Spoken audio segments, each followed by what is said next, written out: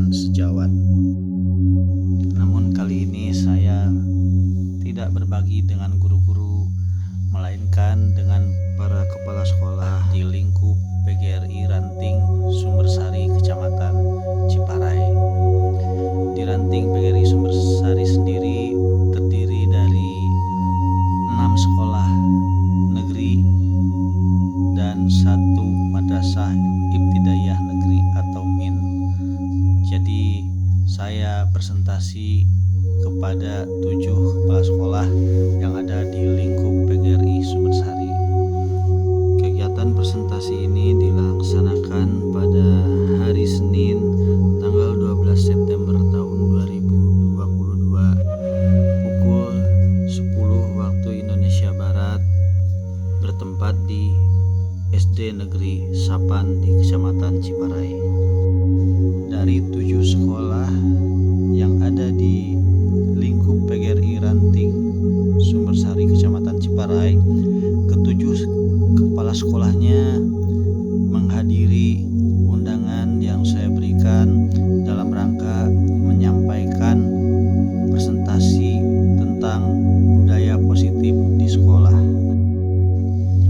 Dengan keterbatasan saya dan keterbatasan fasilitas yang ada, pada saat presentasinya saya hanya menggunakan presentasi lisan.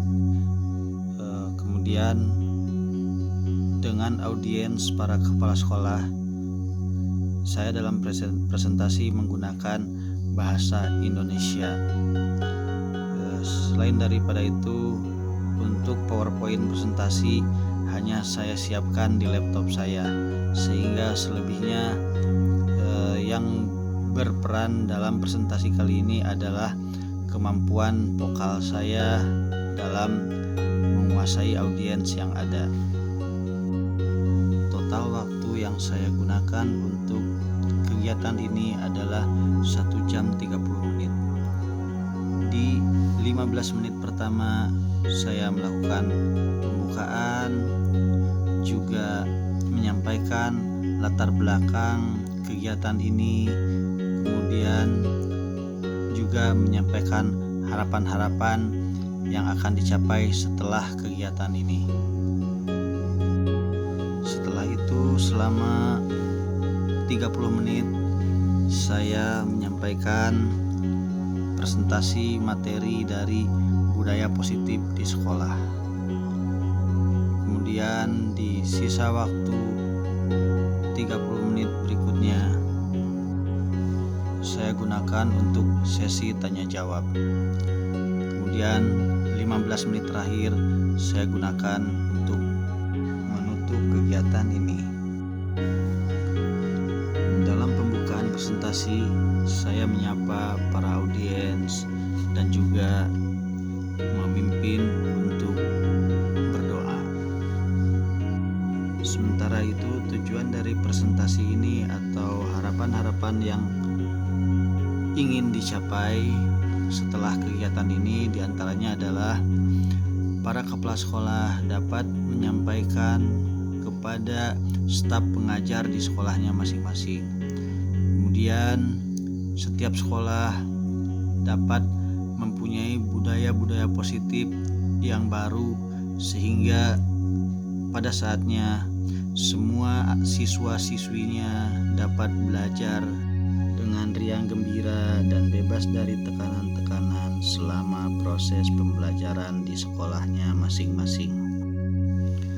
Adapun materi presentasi yang saya sampaikan adalah tentang budaya positif di sekolah yang mencakup 6 hal, diantaranya adalah disiplin positif, kemudian motivasi, hukuman, penghargaan, dan restitusi, kemudian keyakinan kelas, lalu 5 kebutuhan dasar manusia, kemudian restitusi dan 5 posisi kontrol guru, serta segitiga restitusi.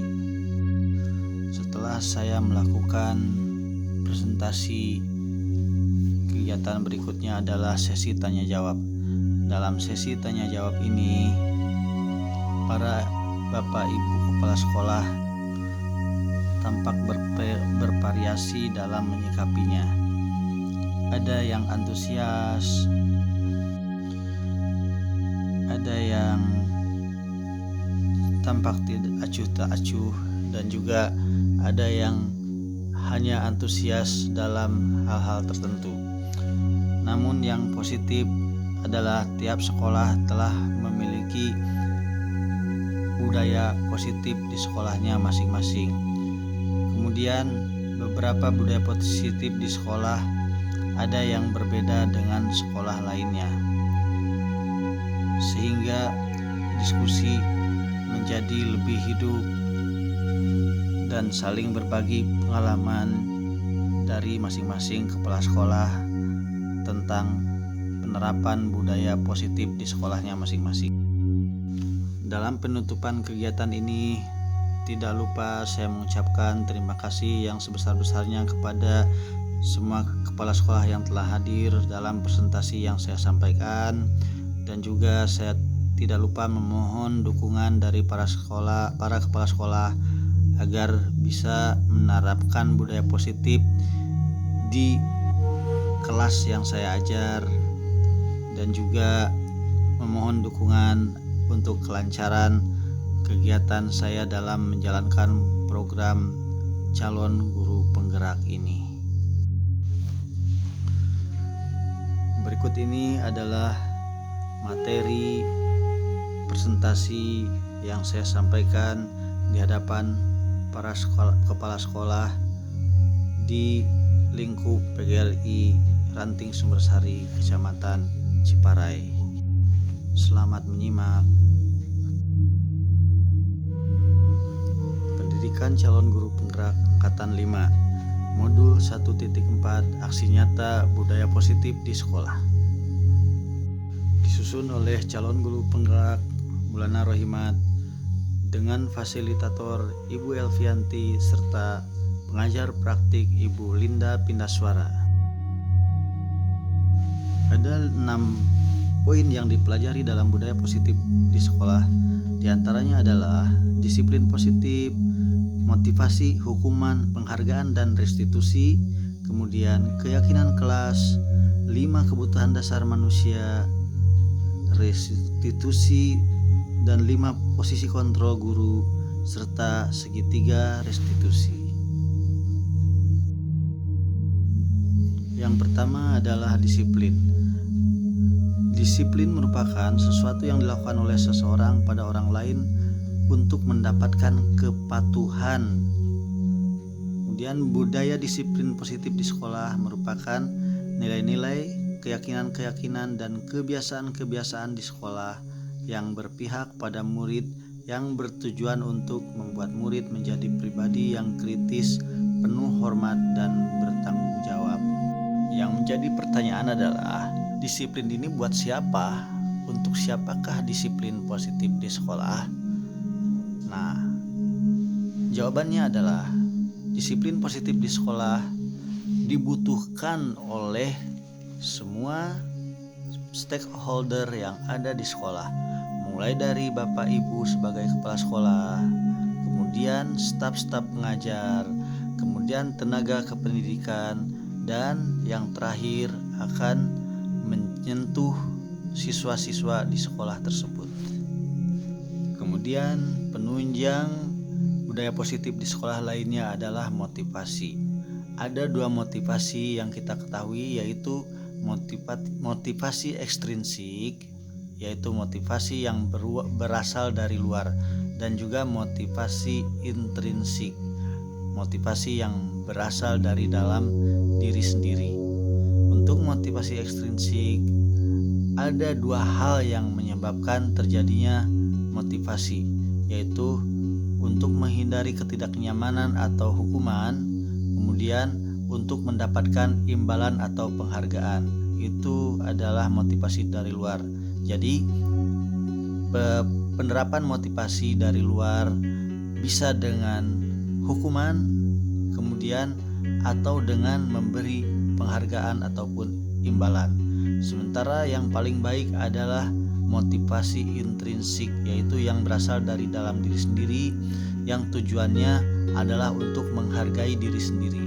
Sebagai contoh, memotivasi seorang siswa dalam melakukan disiplin, yaitu salah satunya adalah untuk menghindari hukuman. Jika kita menerapkan hukuman, maka siswa akan takut. Itu motivasi ekstrinsik. Kemudian satu lagi, siswa akan berdisiplin jika disiapkan imbalan atau penghargaan.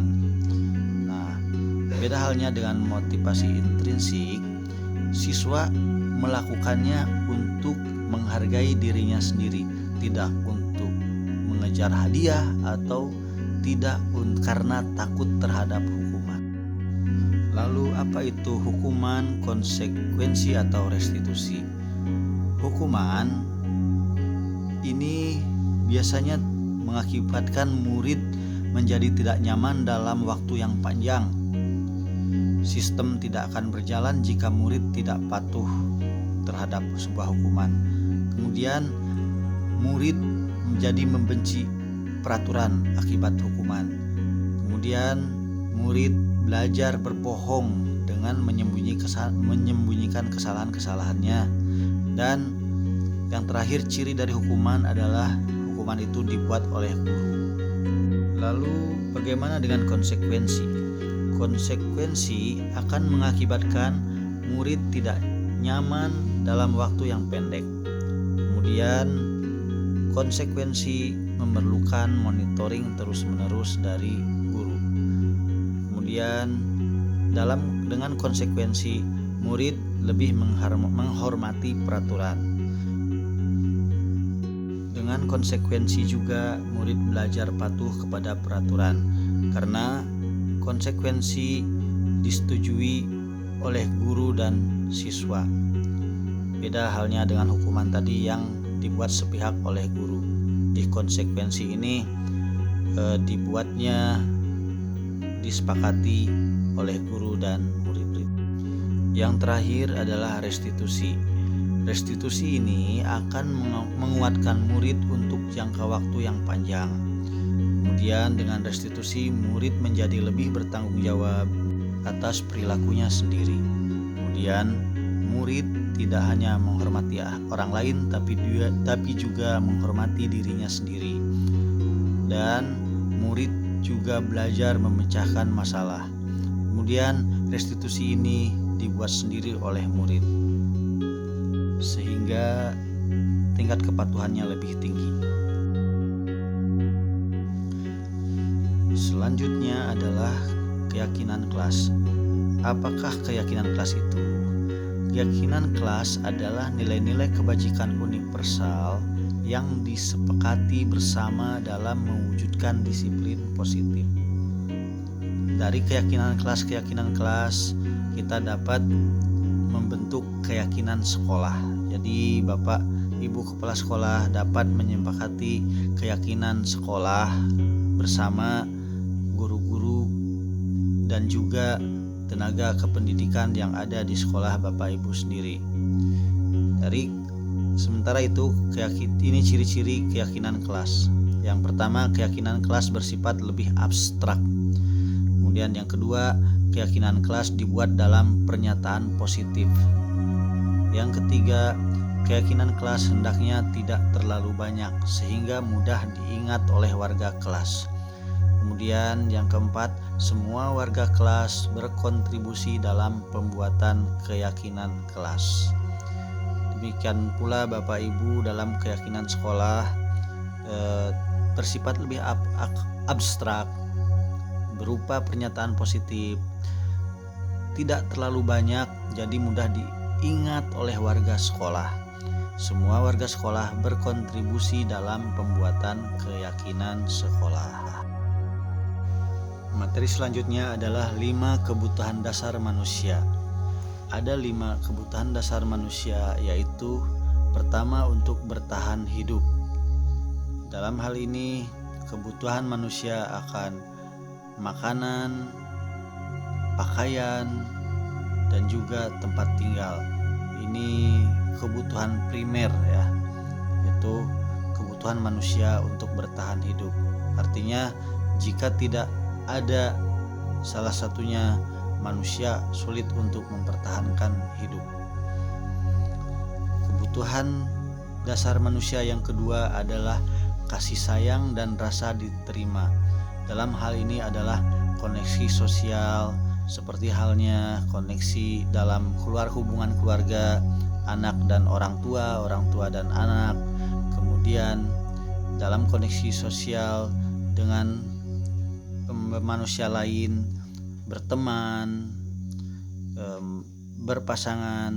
Kemudian dalam koneksi sosial siswa dan guru misalnya juga dibutuhkan rasa kasih sayang dan rasa diterima. Kebutuhan dasar manusia yang ketiga adalah kebutuhan akan penguasaan atau power, yaitu kekuatan untuk mencapai sesuatu, kebutuhan rasa diakui dan dihormati oleh rekannya yang lain. Kebutuhan dasar manusia yang keempat adalah kebutuhan akan kebebasan atau freedom, yaitu butuh untuk menentukan pilihan, butuh untuk mencoba hal-hal baru. Itulah kebutuhan akan kebebasan. Kemudian kebutuhan dasar manusia yang terakhir atau kelima adalah kebutuhan akan kesenangan atau fun.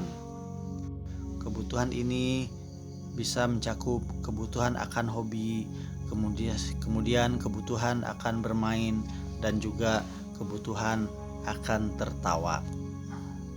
Demikian materi untuk 5 kebutuhan dasar manusia. Materi selanjutnya adalah 5 posisi kontrol guru. Ada 5 posisi kontrol guru, diantaranya adalah penghukum, pembuat merasa bersalah, kemudian teman, kemudian pemantau, dan yang terakhir manajer. Jika seorang guru memposisikan diri sebagai penghukum, perbuatan guru sangat buruk, yaitu berupa menghardik, menunjuk-nunjuk, menyindir, dan menyakiti. Hasilnya siswa akan menjadi pemberontak, menyalahkan orang lain, dan berbohong. Karena itu semua dilakukan agar dia tidak dihukum.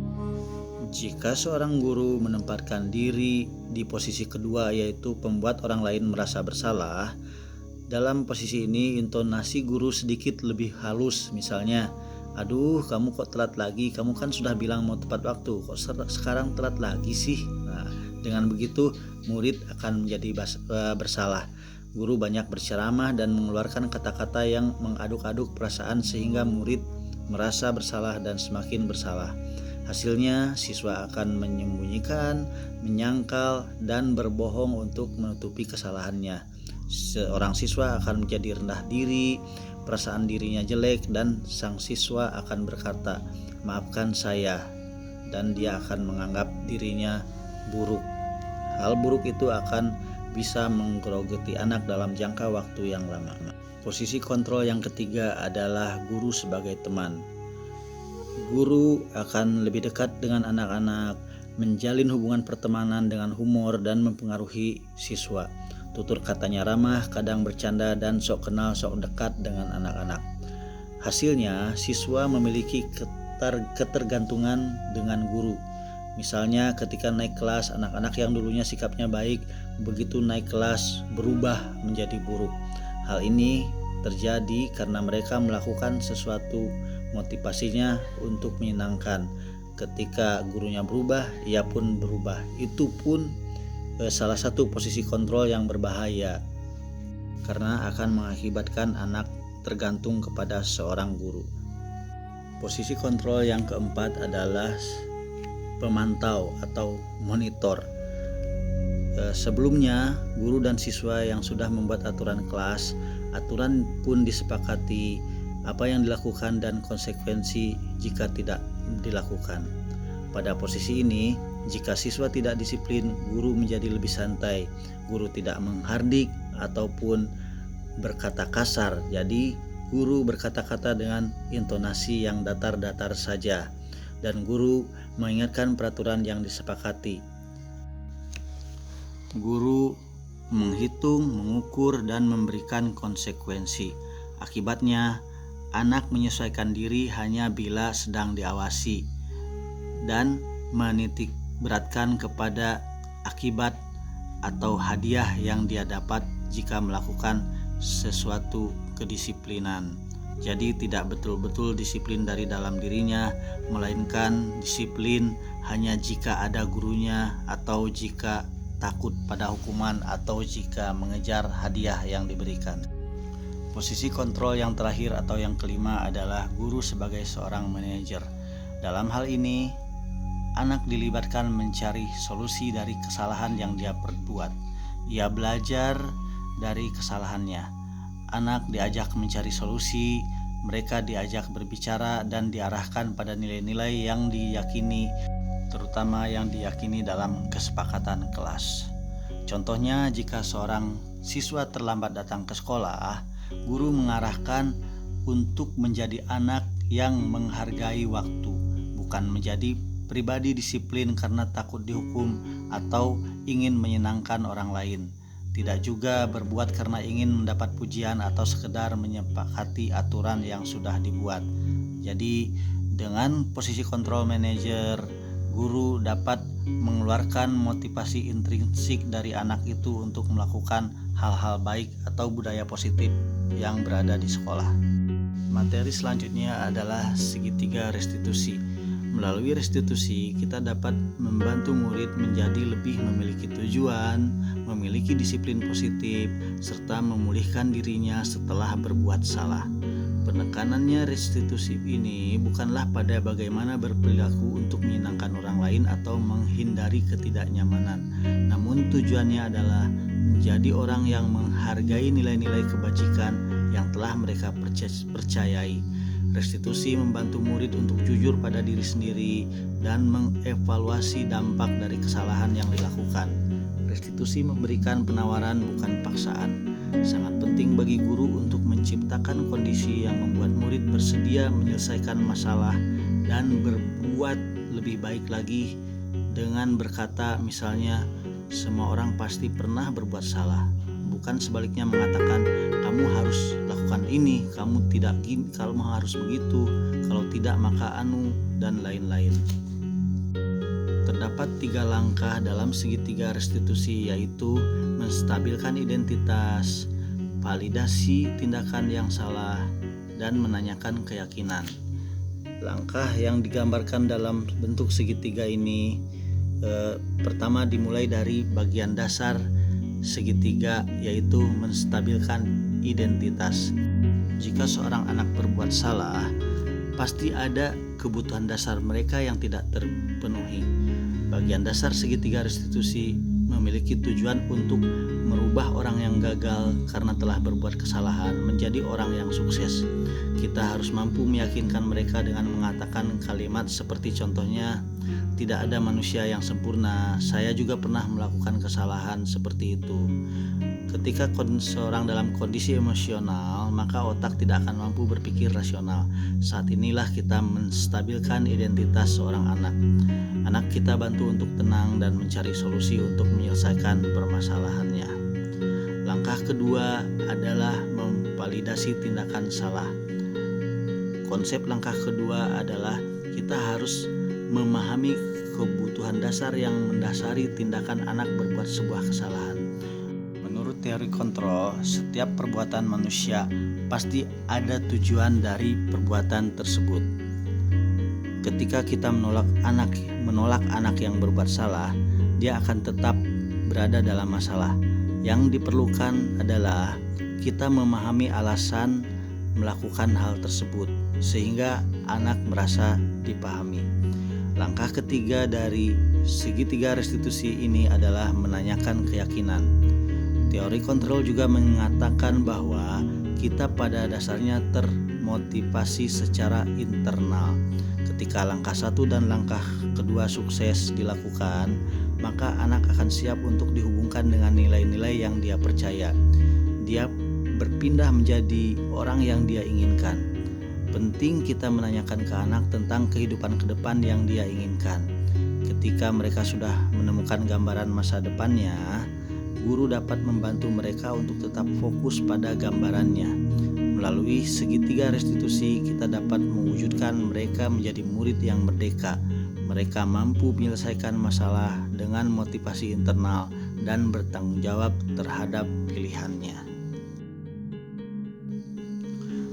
Demikianlah presentasi yang saya sampaikan kepada para kepala sekolah di anggota PGRI Ranting Sumbersari, Kecamatan Ciparai. Terima kasih buat semua pihak yang membantu terlaksananya kegiatan ini. Semoga Tuhan Yang Maha Kuasa membalas kebaikan Anda semua. Terima kasih. Wassalamualaikum warahmatullahi wabarakatuh.